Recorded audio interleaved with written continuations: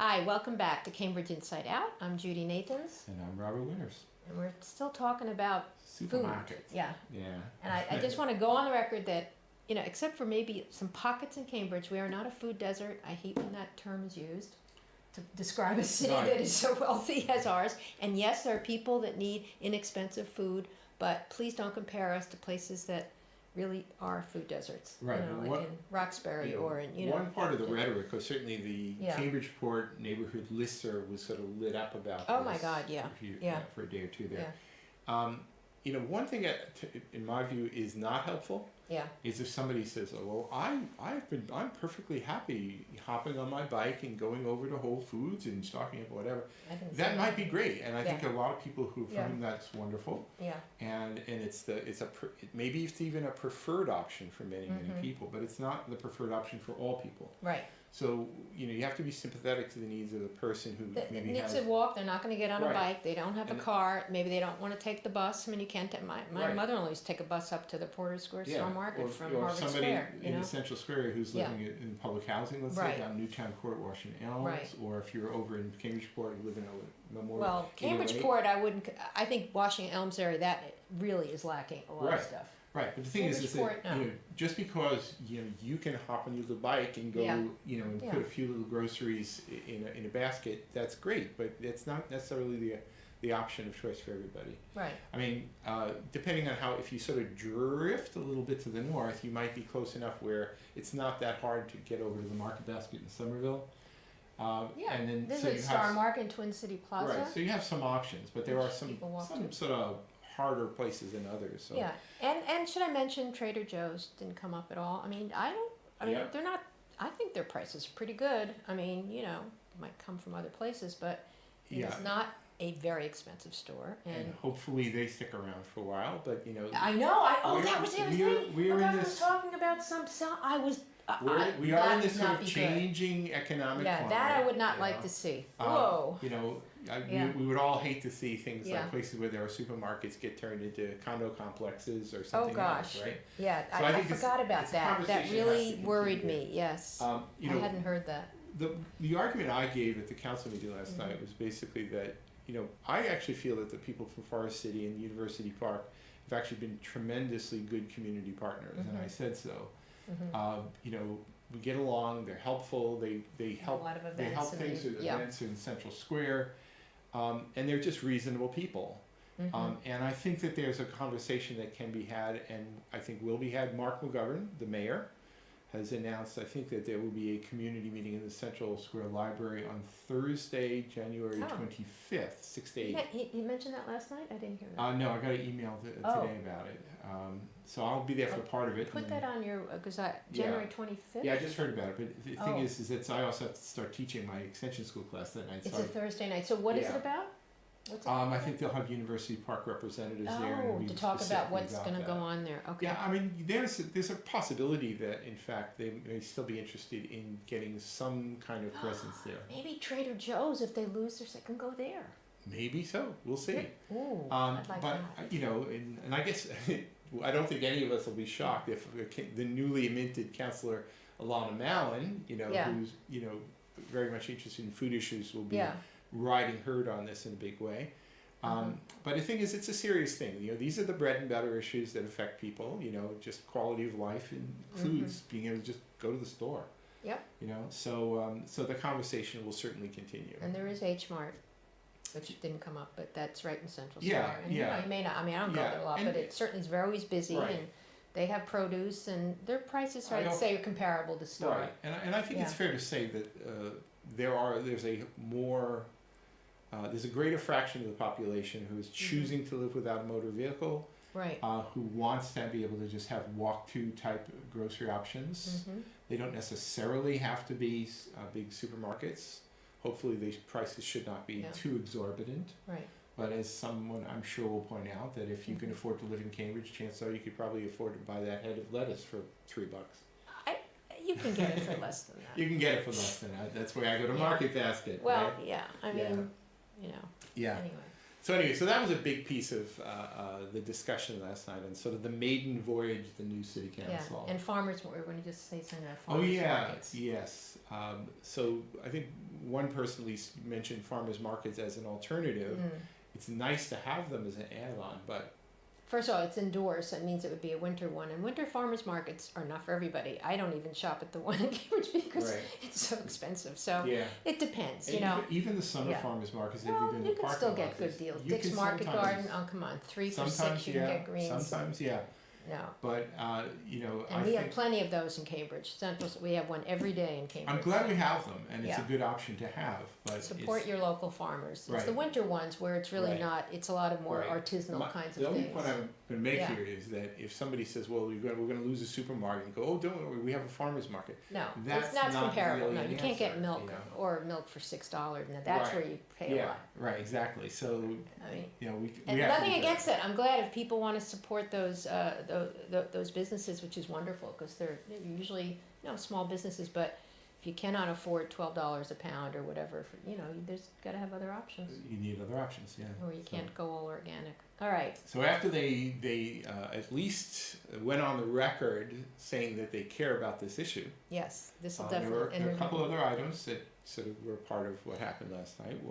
More procedural, I suppose. But, the mayor makes all the appointments of city council committees. Yes. Mm-hmm. And city council committees technically exist pursuant to the rules of the city council. Oh, right. The naming of the committees, how many people are on them, what the size of a quorum is, are all part of the council rules. Which can change. Right. So when we had the inaugural meeting, they voted to provisionally accept the previous rules, subject to some possible revisions. Okay. Okay. So so our newly minted mayor, Mark McGovern, how many M's can we get in there? Yeah. I think he's made some really great choices, by the way. I think we mentioned last week, Luis Vasquez doing constituent services, perfect choice.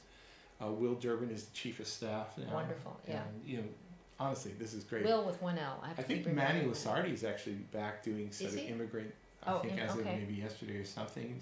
I'm not quite sure what the officialness of it is, but something. But I think he's making great choices, and the ordinance committee reappointed Carlone. So there is actually there's one live, technically there are 2 live zoning petitions, but one is that graduate student housing one that's pretty much moot, so that's just going to expire. What's the other one? The other one is the Peter Kroon petition, which has to do with Harvard Square. Oh, right. Yeah. It's I had actually thought they were going to just let that expire and then revise it and come back. Yeah. But it's actually got legs apparently, and they when does it expire?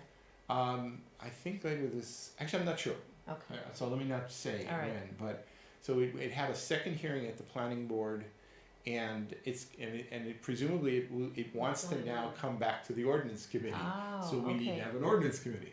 Now the city council, since the ordinance committee and finance committee are, as they say, committees of the whole. True. Right? They can just convene. In fact, that's right, because you have a chair and a co-chair, but then it's usually all the councilors. There's some rule that says maybe a couple of councilors can just basically sign something and say we want to convene, and they can convene. Okay. And then who chairs? Well, I don't know, they can flip a coin, or the mayor could do it, right? But just to sort of do this right as rain, Mark appointed, pardon me, Councilors Carlone and Craig Kelly to be co-chairs of the ordinance committee. Now, no surprise that it would be Councilor Carlone. He was co-chair this past term, and he's a good choice for it. Right. I didn't think the ordinance committee has. I mean, they've met like 48 times in the last term, right? Yeah. I think the total meetings of that committee exceeds all other committees combined, right? So it's a fairly big responsibility to take on. So. Councillor Kelly, to his credit, apparently said okay. So are they asked before that announcement is made to give some option to say no? All of the councillors are basically. Or do they ask what they would like? That's what's always done first. The mayor asks privately or otherwise. Okay. Let me know what you want, which committees you want to serve on, and there may be some committees where. I mean, honestly, there are some councillors over time who say, "I want to serve on as few as possible," and that's the request, right? So you sort of, you sort of try and you can't sort of give it all to some councilors. And So if none you're to the others. mayor, can you also You make, chair? the mayor can, what has historically been done is the mayor appoints the committees, well, that's part of his job, and then appoints various other councilors to be chairs of those committees. But as the mayor, they just can participate, but they can't the chair mayor serves a as committee. an ex officio member of each of okay. these committees. All Now, when you set the rules, Mhm. you could modify that. Mm. So, for example, in this last term, Mayor Simmons served as co-chair of the Oh, Housing right. Committee, along with right, Mark that's Montgomery, right, yeah. Who And was then- vice mayor? who was vice mayor. Okay. Well, the vice mayor vice mayor doesn't. Yeah, It's a nice honor, but it doesn't. yeah, there's no extra money. There's no specific Right, yeah, additional responsibility. except to be there when the mayor can't be there. Right, but even there, I mean, if anybody really could chair the meeting, Sure, it's just that you want to have a protocol, like Right. who will do it by default, right? Right. So the mayor makes the appointments, but there apparently it mattered because of some of the business before the council in the previous term.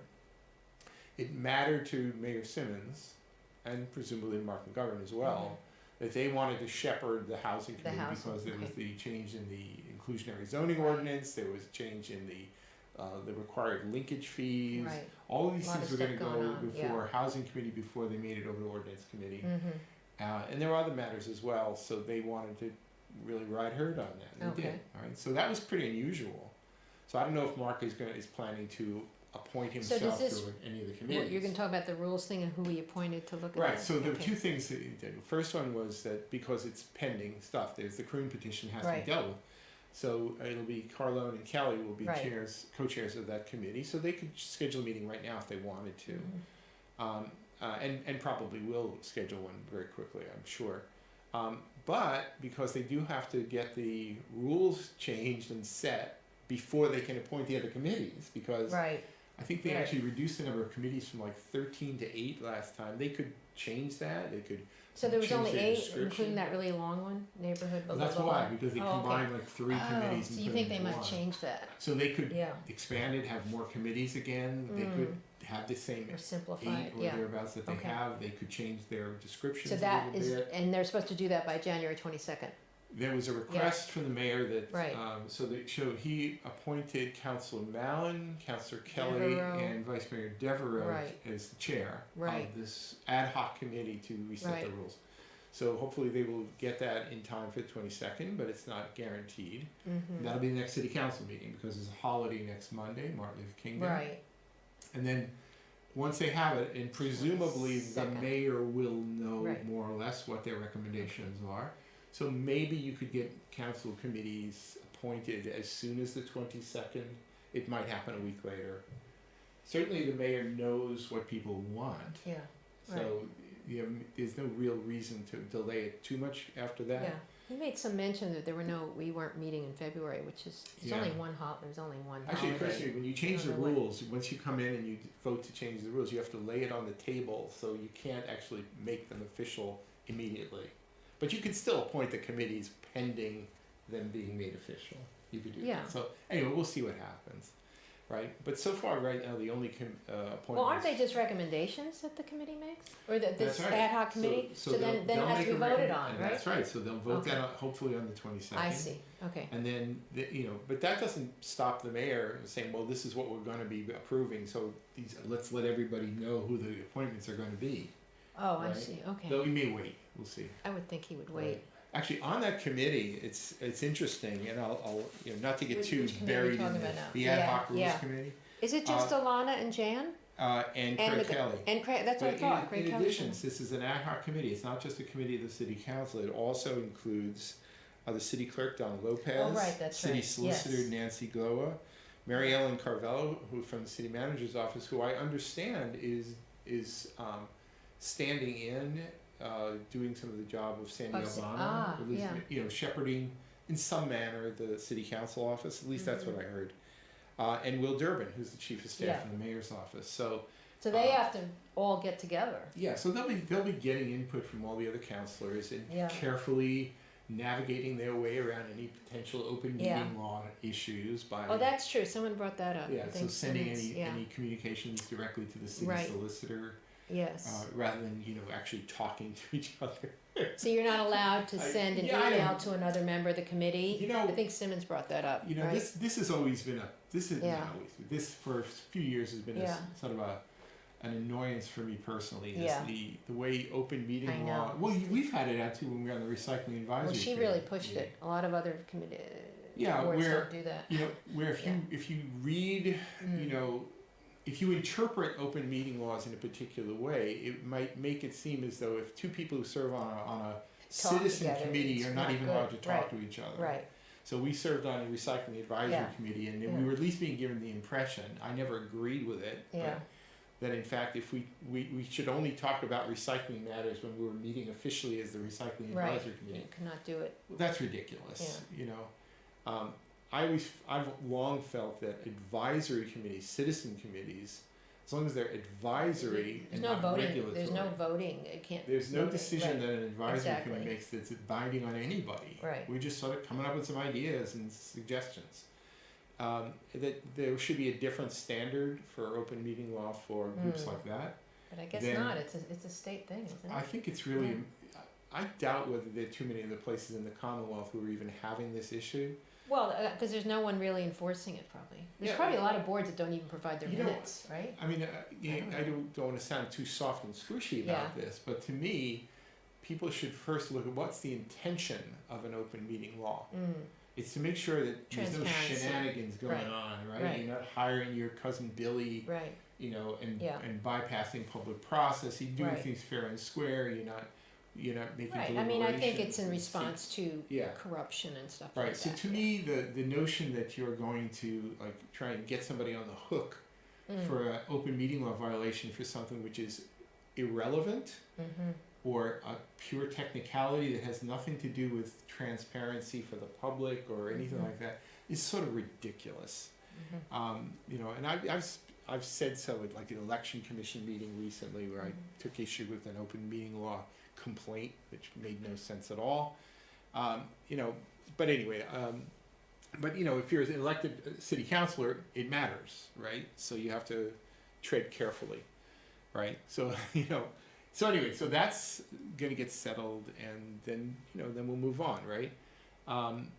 There have been some years where they didn't appoint any committees, where the councilors were just sort of spinning their wheels for a couple months, just waiting to do something.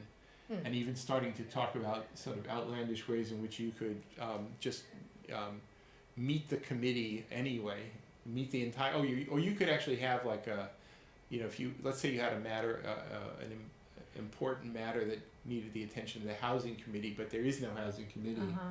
Well, I think councilors can basically just put in a request and say, "I would like to have a meeting." Can you put in a request to have a public meeting? What about a public meeting about an issue? Yes. Councilors can do that? Councilors can do that. They don't ever do it, but that it is in the rules. Theoretically, they could do that it. If you wanted to just have a meeting on a specific issue, like for example, your councilor so-and-so, and you said, I think it's really important we have a discussion right now about supermarkets. Yeah.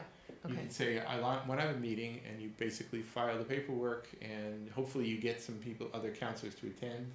And you can have a meeting, an open meeting, purely for the purpose of discussion. To air things out. Yeah, you can do it. So anyway, we'll see. Hopefully they'll actually get it all squared away really, really soon, though. So when we come to that. So anyway, so that's what's happening. So short agenda, but there was a lot of stuff about the cultural sensitivity sessions and so there was an order from Mayor, which I guess they've already done Council some, Simmons. so it's not like they're starting I think there from was some scratch. misunderstanding about it. They've been sort of doing various people in various city departments all sort of going through these experiences, and the councils already have had a session or two last year. I don't know that the councils have well, had it said that. I was so reading and it said it they did. did. So and they want to continue it. That's the impression I got. I think it was Councilor Kelly was making out as we should refer to this to the Rules Committee so we can discuss what kind of training we want to do. And they said, well, this is really that might be a good idea too, but really this is about. Simmons said it was following up from work that already started. Yeah, it was just a continuation. Yeah. So anyway, so that's one item in there. So not to go on and on about it here, but one of the things that I sort of wanted to do last time is What happened there? that's okay. The was talk a little bit about, again, we want to look forward primarily, and I think many of us are pretty optimistic about the new council. Yeah. But there's also a little bit of value looking back a little bit. And one of the things that I found that I did a few weeks ago was I took a look back at, I'd written something, I think it was in approximately January of 2016, at the beginning of the previous city councilor, previous city council. Okay. You know, saying like, what are like the big issues, the pending issues, what are the goals and whatever. And then just to sort of see, well, Yeah. you know, just sort of, you know, again, there's nothing official about it, right? It was just some observations from me. And I was sort of looking at it going like, you know, so how did they do? Yeah. How did they do? Now, it's probably unfair to, you know, this, I'm not the teacher, I'm not like making a report card here, right? But just to sort of make a few quick comments, I think, about how they do. Yeah. Okay. You know, sort of like a little bit of a looking back here. You know, I mean, we always have links for every program we do. I always put up a web page, so I won't linger on this. But this is on your webpage, but right? This is on here. It was sort of a Okay. whole look back here Right. at the council term, and again, you can look it up. It's easy to access from the InsideOut page. But it was a list of various priorities and things at that time. And you know, the funny thing is, if you go week by week, and you're in your middle of the Volpe petition or a discussion on the Foundry, you get this sort of micro view about how we're doing in a moment, and you don't usually take a look back and say, well, how do we do for a whole 2-year period? You know, so just to sort of rapidly go through a few of these. I mean, we can do this some more in the future as well. At the very beginning, you know, there was the Barrett petition was there. We were talking about one way of addressing housing needs and affordable housing needs was just letting people make better use of their houses. And then said, well, how's that going to do? Well, that passed swimmingly. I think it Ordained on January 11th. Oh, January, right away at the very beginning. So 2 years ago. Really a great start, actually. And how has that been working out? I've heard nothing but good things so far. In fact, even some of the provisions of that were quoted by the Gerald Chan as facilitating part of the commercial development on Church Street that is planned. So we don't yet see it, but the old cinema property. Oh yeah. You know, that there are certain things that are now legal to do as of right that wouldn't have been legal for basement space, which were part of that. I thought that was just residential, but what do I know? No, not entirely, but primarily yes, but not entirely. Oh, right. And in commercial though, Yeah, I see. I mean, hey, even if we just count on the housing, that's Yeah. substantial enough Yeah. here. So there was a proposal, I think, that actually was begun in the previous council, 14-15, about what they called an affordable housing overlay. I was always a little confused about what it meant, but it was supposed to be like a citywide overlay that it basically would say, if I understand this correctly, and I may not, that as long as you're building affordable housing, like a 100% affordable housing project, that there would be certain zoning provisions that would you could make use of, which you might otherwise not be able to do. Okay. Right? So what happened to that? Well, you know, that's one of those ones where, quite honestly, that's something that's always quietly controversial. And what I mean by that is that if you say, okay, we want to make this citywide, so let's say you're in a resident B zone, sort of a low density part of the city, you know, maybe single family homes, and then you come along and say, okay, somebody's an affordable housing developer and they want to build something, they're going to be allowed to build it like somewhat significantly greater density, right? Even though you're in this, It's sort of like what happens with the 40B dilemma elsewhere in the state. A little controversial. Potentially controversial. But then you have the envision and the citywide master plan, so maybe that's overtaking that. Well, it may. Discuss that. Yeah.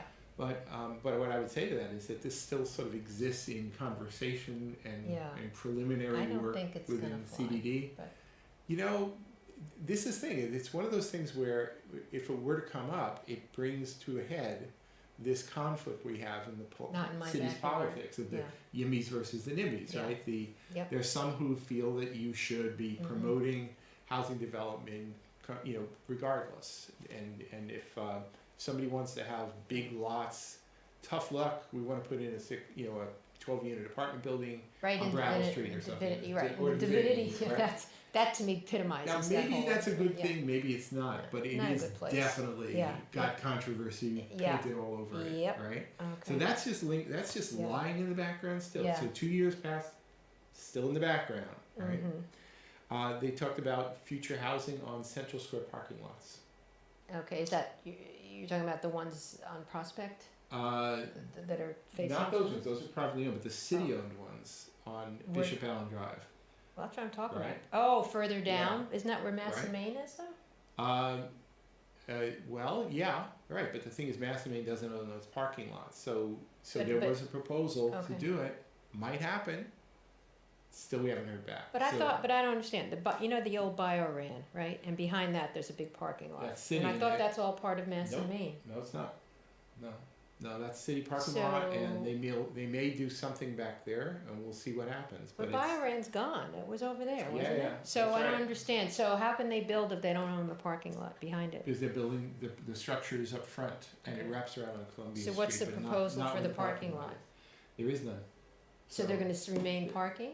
I don't know. That's why I say this is an example of business undone, unfinished business. No, but I thought that was part of the whole It's not. negotiation with Mass and Main. No. They're going to put in a stormwater basin in there, but then the big parking lot. We'll see what happens, right? But it's still undone. Now, not to give the impression Really that everything confused. is undone, Mm. right? Just in this last minute here, we'll just mention because honestly, we could spend 5 weeks talking about this stuff. No, not me. But- I'm out but of here the if you're two going to do that. the gigantic success stories Yeah. were this city council, the Inclusionary previous city zoning, council, Yeah. changed the inclusionary zoning ordinance to go from Mhm. a nominal 15% requirement, which was really allowed 11.6, Yeah. up to an Absolute absolute 20%. 20%. It's a Mhm. gigantic increase. Yeah. We'll see, time will tell Yeah. how viable it is, but that Right. was big. And then there was this change in the linkage payments for new development that would Okay. support affordable housing initiatives as well. So those are two things that the previous council could definitely hang Mhm. their hat on, right? Hmm. But moving along, right? So anyway, we're out of time for this one here, but we'll talk some more about some of Oh, these look, things. time's up. As See you next on week. Inside Out.